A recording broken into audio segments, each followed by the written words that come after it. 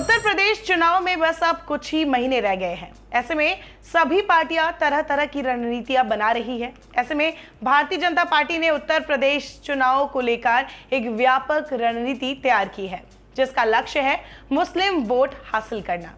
नमस्कार, मैं हूं अनुश्री और आप देख रहे हैं डेली बज इंडिया।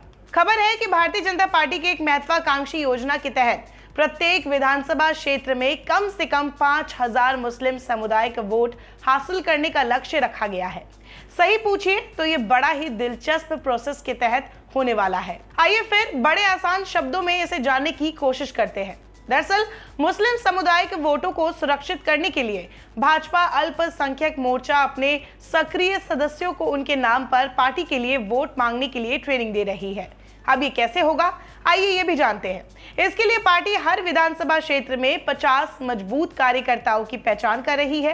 क्यों कर रही है? क्योंकि इसके लिए उन्हें प्रशिक्षित करने और आसपास की गलियों से 100 वोट का लक्ष्य देने का फैसला किया गया है। मीडिया रिपोर्ट्स के मुताबिक जब भाजपा के अल्पसंख्यक मोर्चा अध्यक्ष जमाल सिद्दीकी से ये पूछा गया कि आखिर पार्टी प्रत्येक विधानसभा क्षेत्र में 5000 मुस्लिम वोटों को ही लक्षित क्यों कर रही है, जवाब में उन्होंने कहा, हमने पिछले चुनाव का विश्लेषण किया है। विधानसभा की लगभग 20% सीटें 5000 मतों के अंतर से पार्टी हार गई।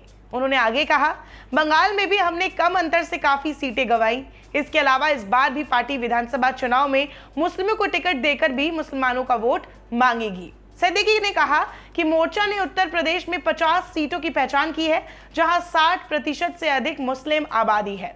इस समुदाय के लिए टिकट सुरक्षित करने की योजना है। भाजपा के मुस्लिम कार्यकर्ताओं का मनोबल बढ़ाने के लिए पार्टी का एक नारा है, जो चुनाव लड़ेगा वही आगे बढ़ेगा। उन्होंने आगे जो कहा वो ध्यान देने वाली बात है। सिद्दीकी कहते हैं, हमें समर्थन देना हमारे समुदाय की जिम्मेदारी है। हम पार्टी से अधिक प्रतिनिधित्व चाहते हैं, लेकिन हमारे उम्मीदवारों की जीत सुनिश्चित करना हमारे समुदाय की जिम्मेदारी है।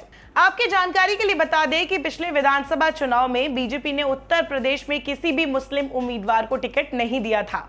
हालांकि सिद्दीकी का मानना है कि इस चुनाव में हालात बदलने की संभावना है।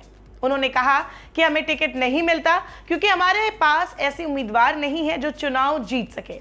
हमें मुस्लिम सीटों से लड़ना चाहिए, समुदाय से जुड़ने में महत्वपूर्ण भूमिका निभा सकते हैं।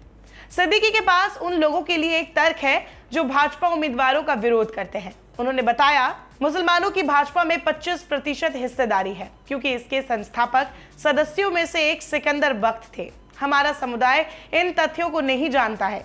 अगर हम बीजेपी के दुश्मन हैं, तो बीजेपी हमारे लिए भी क्यों काम कर रही है। वही इस खबर में जो नया अपडेट आ रहा है वो बता दें, योगी सरकार ने गुरुवार को UP Madarsa Shiksha board, Fakhruddin Ali Ahmed memorial committee से लेकर उर्दू एकेडमी का गठन किया है। साथ ही राज्य सरकार ने राज्य हज कमेटी और शिया सेंट्रल वक्फ बोर्ड के गठन के लिए सदस्य नामित किए हैं।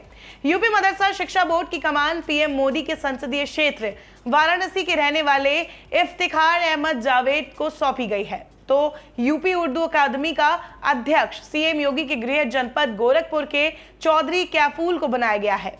बीजेपी ने यूपी के तमाम बोर्ड और आयोगों में करीब 5 दर्जन मुस्लिम को राजनीतिक नियुक्ति दी है।